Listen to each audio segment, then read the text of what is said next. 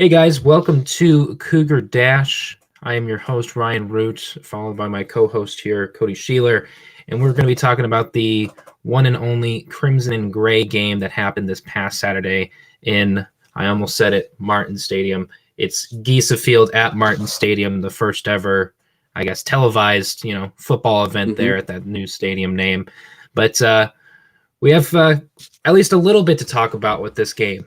I mean, we got to at least tip our hats off to the defense. I guess we can say it first, right out the gate, getting the interception on the first play, which I guess we'll get into that a little bit later as well. But Cody, what are your sort of first reactions seeing a 74-37 score, which I hope I never see that score legitimately in a Cougar football game, but what are sort of your initial thoughts here? Yeah, well, the first thing we have to get out of the way is to explain the scoring system, because to anybody that just looks at that, they would think that there was no defense at all and that, one team scored 70 points, which is true, but the scoring was unique, really different, at something that I've never seen done in a spring game or anything, where the Gray team was the defense entirely. The Crimson team was the offense entirely. And so the Gray team got,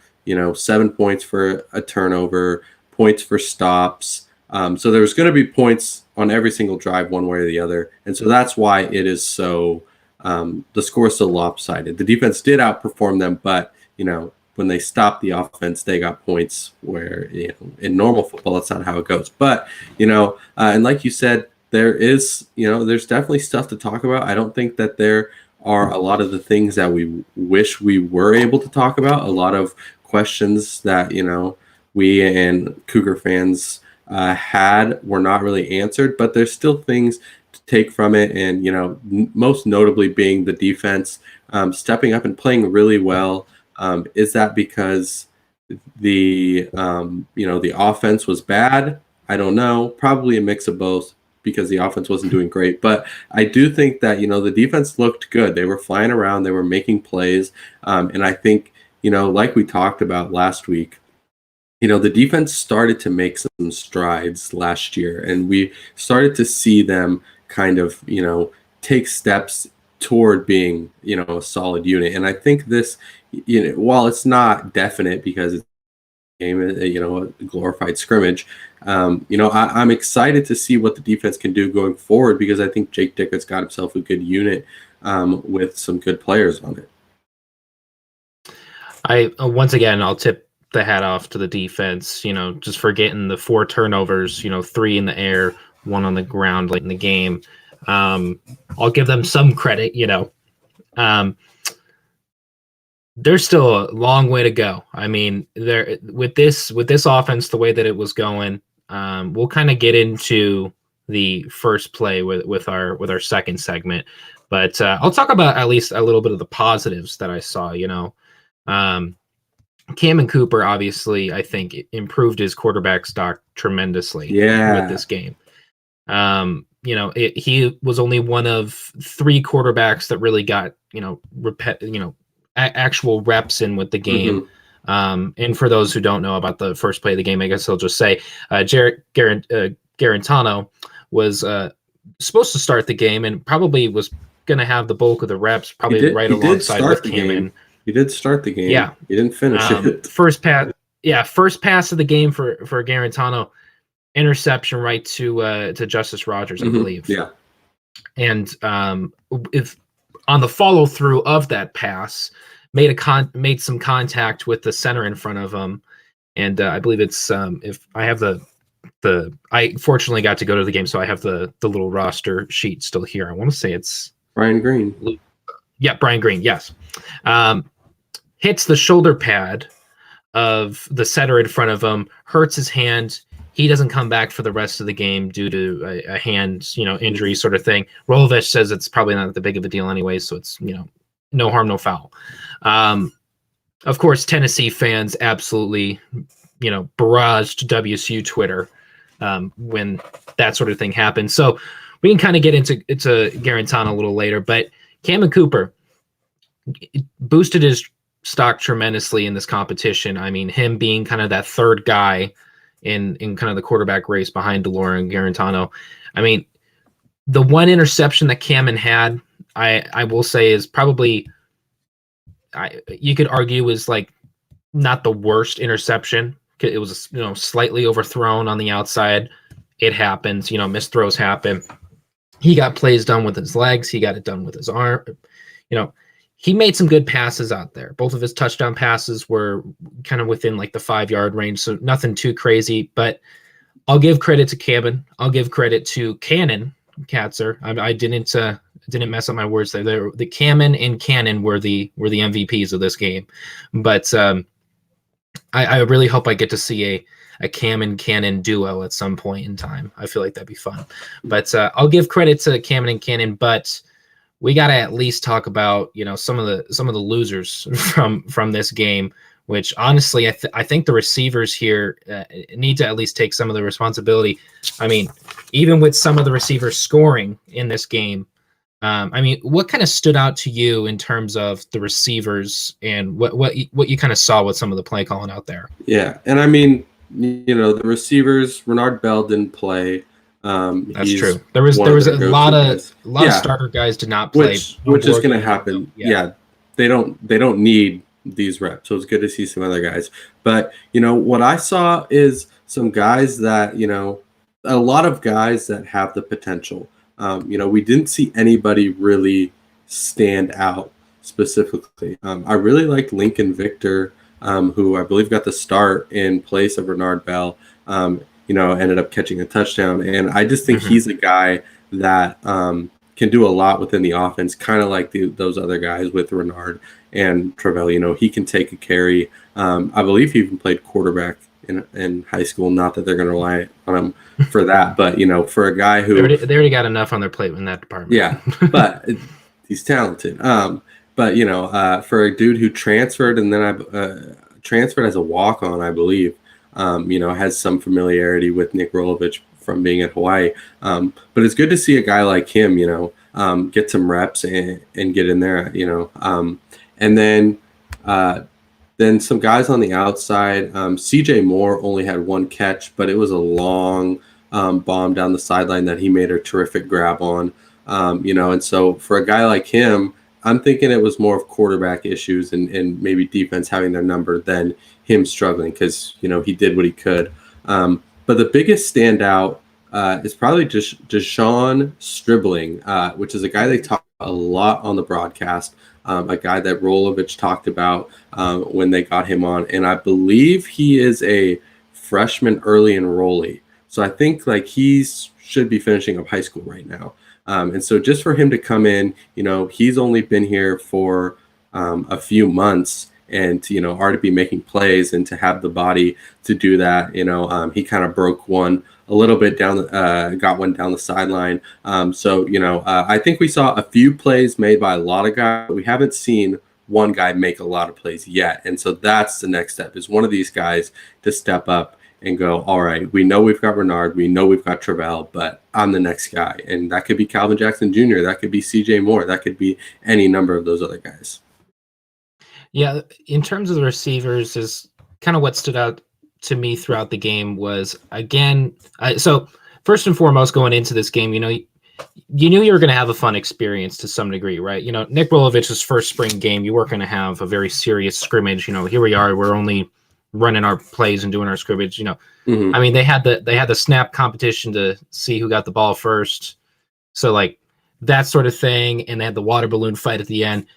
I feel like they were having fun out there for the most part. They weren't taking things too seriously, which is fair. That's kind of what this team needs, going forward, and just any team really, just to kind of get closer as a group. That's really what spring game's for, right? I mean, Rob Gronkowski went back to University of Arizona just to hang out with them for a day, and I mean, we're not struggling as much as the Wildcats are, but the spring game's supposed to be a fun time, and I think these people, I think these players had a good time.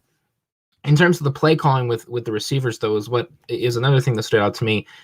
I really don't want to see any sort of screen passes in a spring game. I mean, the amount of screen passes that were either to a receiver or running back in this. I mean, I lost count after a while because that to me so like we saw a lot of screen passes in the 4 games in the season that happened, and that doesn't do really anything to sort of help this team because I mean I'm going to see on the stat line Cameron Cooper had a 20-yard pass when he threw it behind the line of scrimmage to Travell Harris, and then Travell Harris did what Travell Harris did.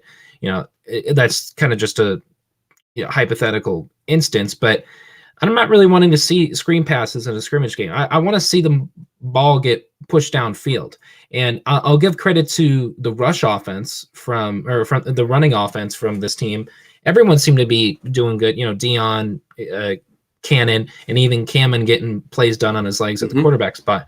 Running seems to be fine. Passing the ball is what seems to still have some issues. Now, they did have a 2-hand touch sort of rule with the quarterback being sacked in the backfield or just tackled in general as a ball carrier. All the other ball carriers were tackled regularly, but if you were, or actually it wasn't even a 2-hand touch, it was a 1-hand touch.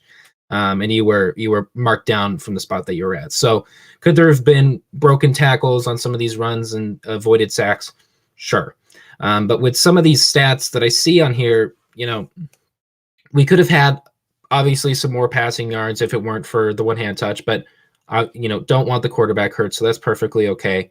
But I really was kind of getting annoyed with all of the 1-hand touch, or sorry, not the 1-hand touch, the screen passes that I was seeing, and some of these weird kind of, that was the next thing I was going to get to was the shovel passes from Cameron Cooper. I thought were real, I feel like he can pull this off because anytime that Gabalis or Ward tried to pull him off wasn't nearly to the same degree. Well, so I think working on it for a long 4 time. years now. Yeah. So loved the shovel pass thing. And, we can kind of talk a little bit more about Cameron and whatnot and Cannon, because their ability to push the ball downfield throughout the game is easily the biggest thing that stood out. But Travell Harris getting the one pass in the back corner of the end zone was nice. That was a really nice, really good thrown ball. But there were some overthrows from all 3 of them, and that sort of thing happens. But in terms of who balled out the most, I think everyone can agree it's Cameron and Cannon. But in terms of these other 2 quarterbacks with Xavier Ward and Victor Gabalis, what kind of stood out to you in that regard? Well, I do want to say that in terms of balling out the most, we got to look over on the defense too. I mean, Gabe Lopez and Nathaniel James both had double-digit sacks.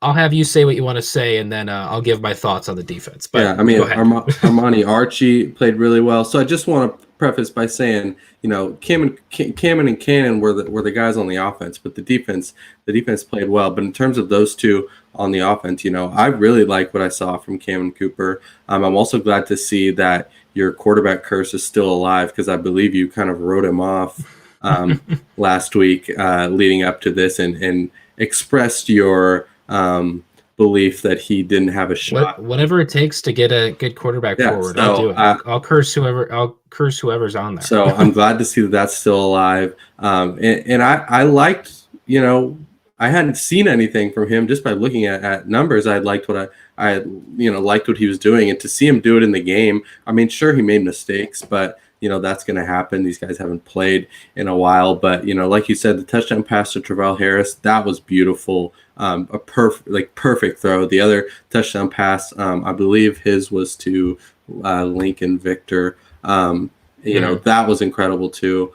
He looked really good in the red zone, which is where you want your quarterback to be best at. And like you said, he made plays with his legs. I think he pulled it a little bit too much. I'd like to see him, hand it off more, which I think will come when you're handing it off to Max Borghi. But I think he showed that he has command of the offense, and there's a reason he stuck around after all this time, even though he had to switch offenses. I mean, the dude's been running college offenses and learning college offenses for a while, and it shows. I mean, he had a really good understanding of what he was doing, and although he didn't make every throw, his one interception was a little bit of an overthrow, and he missed it every once in a while, but he didn't go out there and look terrible. I mean, he looked really well. If they announced that he was going to be the starter and that he was going to be the quarterback week 1 against Utah State, I wouldn't be disappointed. I would understand. I think that he has done enough to put him in that competition, and probably put himself at number 2 right now, at least in front of Jaden Delora till he comes back. In terms of Cammon's spot with the quarterback competition, like I said, I think it's boosted tremendously. Can you say the opposite? So, because if I'm afraid that Cammon has no chance. Yeah, I'm afraid that no chance. I'm afraid that if you speak too highly of him, then he will. I believe the last time you spoke highly of him was when you said he was going to win the job last year after your first pick, Gunnar Cruz, struggled. So let's let me do. Which I heard he had. I heard he had a good spring ball. I heard he had a good game. I'll cut it off with Cammon. In terms of Xavier Ward and Victor Gabalis, saw some good things here and there. Yeah. Ward's obviously just a freshman, still learning things, and got a cannon. He's got a good arm, and he had a lot of eyes on him. And I believe he found. I could be mistaken here. No, sir, he was the only quarterback alongside with Gabalis that found the end zone. But still good throws. He got it done on the ground a little bit as well. Or sorry, I'm completely mistaken. I read the long stat line. He was 4 carries for negative 12 yards, but I guess they were incorporating sacks. They do stats. So he showed a little bit of shiftiness. He showed that he can run. Not as well as the running backs though, who were really good.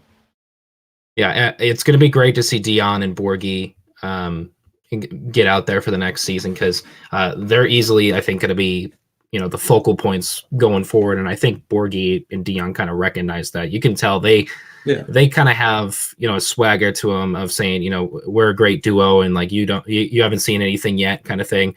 I'm excited for it because the quarterback position will be TBD for a while.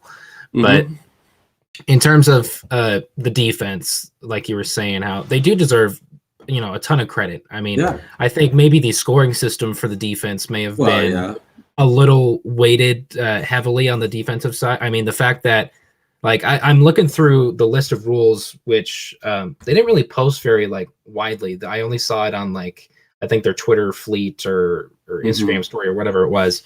But the defense could get points for numerous things on top of getting a safety, which didn't happen. But the offense just had the same old thing. Well, the offense had, I want to say, 1 or 2 4th down conversions. I feel like that's, give them 2 points for that. So I get they were trying to reward the defense for their plays, which, I'm all for doing, kind of a different format for the spring game. But the scoring system, I think, was weighted very heavily for the defense. I mean, you get a 4th down stop and you get 5 points right out the gate. I mean, well, I think it reflects how the game went. The defense just played a lot better. The offense scores by scoring, and they didn't do that. I mean, if the offense, every time the offense didn't score, the defense got points, which I think is fair because they did their job. Yeah, and when the offense finally got a run game going, like some of these times where we weren't just throwing, weird passing plays or whatnot, or getting, one-hand touch sack. Once they got the run game going, especially with Cannon, that's really when the offense started cooking a little bit. And I'd like to see how they can use sort of maybe a run first mentality on first and maybe going into 2nd down and not passing it 3 plays in a row. And, I hope that this next year it gets established more of the run game, because I feel like this team, if they establish the run game first and kind of resort to those short, maybe those medium passes, that flow can kind of build up at the quarterback spot, so you don't have to throw 30, 40-yard bombs when, you're getting pressured and you give up 35 points to a USC team in the first half, sort of, establishing that run game, I think, is going to be very crucial going into this next year. And I mean, it's kind of going into our final topic of how does this go going forward into the next season, because although I think the offense should be, I mean, all in all, I don't think the offense should be ashamed in themselves, or, the defense should be ashamed and giving up points or here or there. It was supposed to be a fun event. It was supposed to be Rolovich's first spring game, WSU's first spring game in over a year, I mean, what does this mean going forward into the next year, and how do these players kind of take away from this game? Because you got to take away at least a few things from this. Yeah, I mean, honestly, I don't think that I learned much more about this team than I already did. I think, based on what we saw last year, I think it just reinforces that they're going to, stick to what they're doing. I mean, like you talked about with the running game was the best part of the offense last year. And, when they were playing close games, they were running the ball a lot. Obviously, when you're down 35 points, you have to throw it. And without Borgie as well. So, yeah, but so I think that is going to stay the same. And now you're going to have Borgie and Deion McIntosh, probably the best running back duo in the conference. And so I think, we saw, Cats are getting a lot of praise, but really, I mean, the offensive line, it's still the offensive line. They were the best part of the entire team last year. They'll probably be the same again because you're returning 4 out of the 5. And so they're going to be able to do their thing. They're going to be able to create lanes, and the running backs are going to have, a great time with that.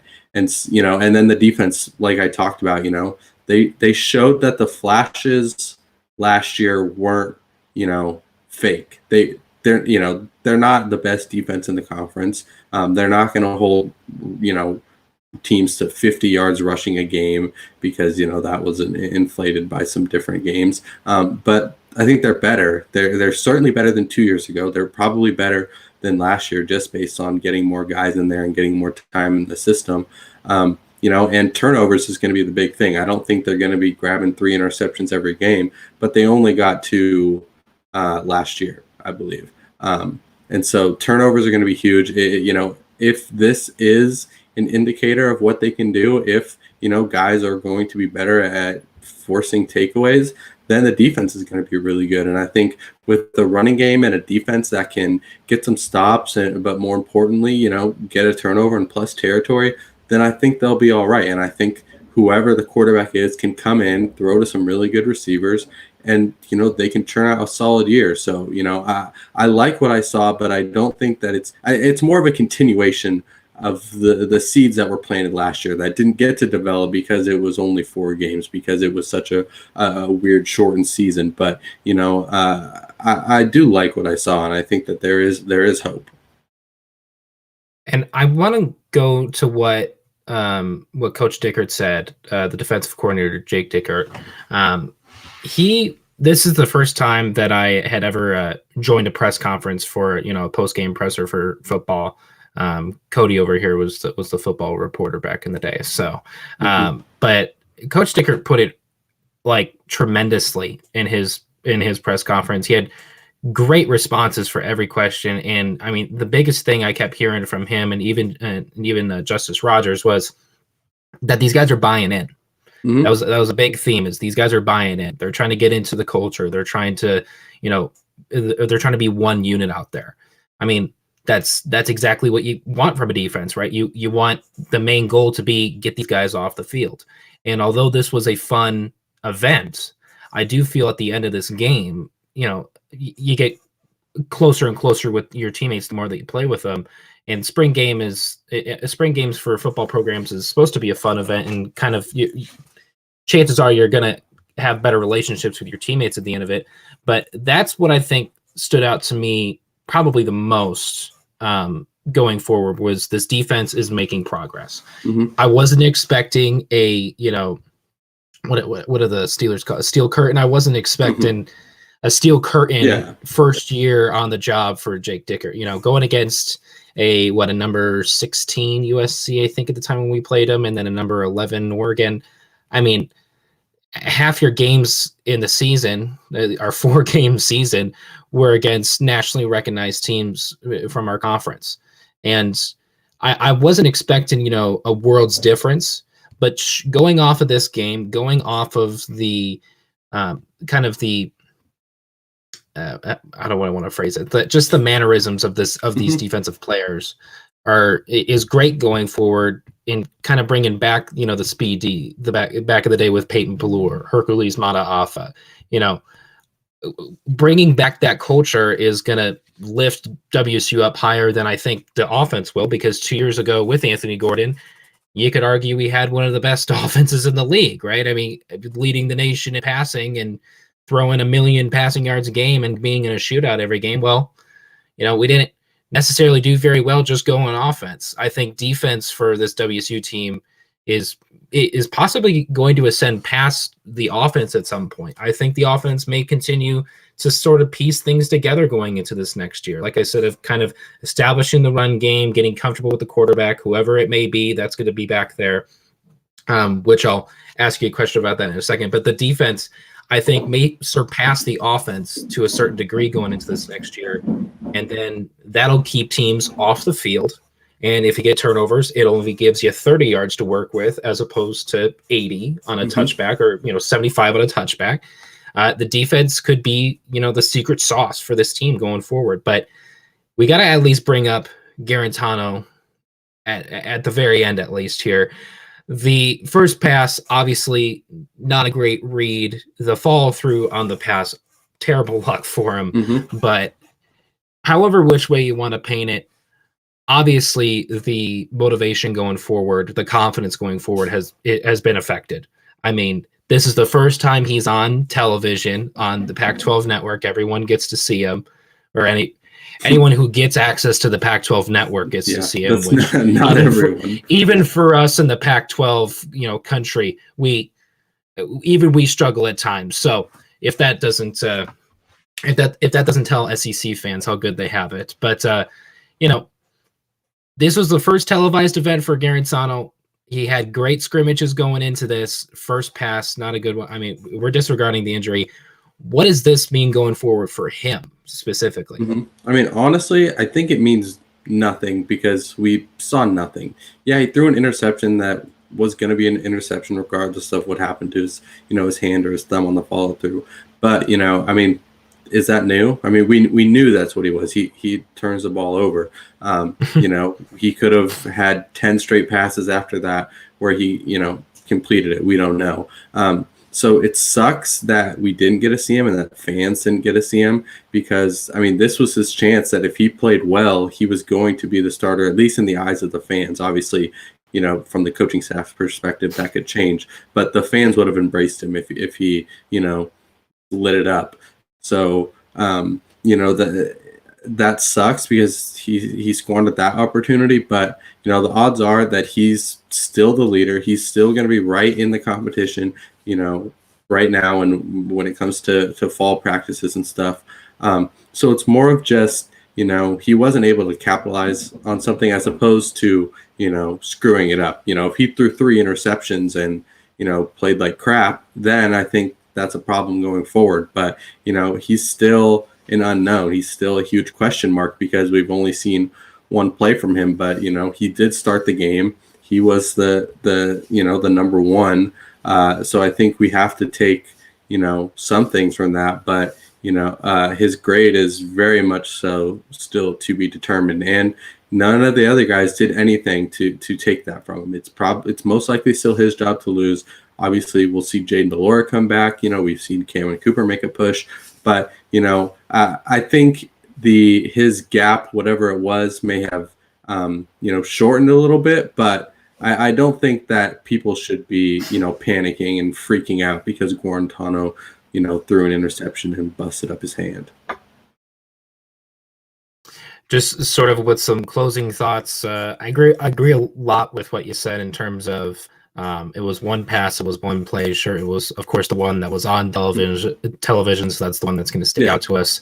But with the stats backing him up from the scrimmages beforehand, I mean, he had a scrimmage where he didn't have an incompletion. 11 for 11, I mean, I believe. Having those stats to back him up going into this game, he was the quarterback going out there initially. He does seem like he is at least the front runner with Delora out, which Delora is back with the team in their facilities, getting back with a strength and conditioning coach. So that alone shows Delora's going to be back pretty soon. And we'll have to see where it goes from there. I hope whoever is going to be under center, I mean, I'm not shooting for a Pac-12 title here. I'm shooting for let's get the culture kind of moving, just like Coach Dickert said, and just, same thing with Rolovich. Let's get the momentum rolling. Let's get the run game established. Let's figure out this run and shoot. And going into the 3rd year of the run and shoot, I think is when we'll see things really take off. But that is all the time that we have for Cougar Dash today. You can catch us at the same time next week, and you can find our written content exclusively on sportspac12.com, and you can find them on Twitter at sportspac12, and you can find links to that written content on our website, dashsports.tv. Make sure you follow us on Twitter, Facebook, Instagram, and TikTok at dashsportstv. Lastly, you can subscribe to our YouTube channel, Dash Sports, where you can find all of our shows and clips.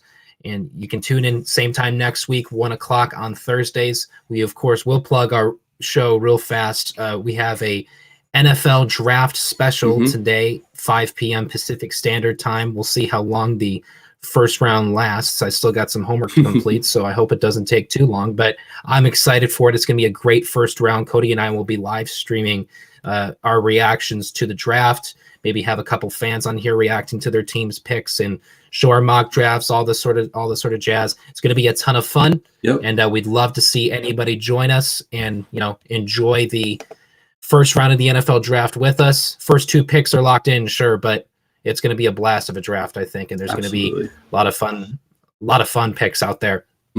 But you can find us at the same time next week. Cody, do you have any parting words to say for the Coug fans after this Crimson and Gray game? Go Cougs. Go Cougs indeed. I really hope Garantano figures it out to some degree. Me too. But, I'll be honest with you guys, not able to shut the stream off, so we're kind of here for a second right now. But so that's why you asked me that. I did, yes. Oh, I can shut it off now, though. I think I have access here. Let's see. Go Cougs if it's the last thing we say. Yes, go Coug.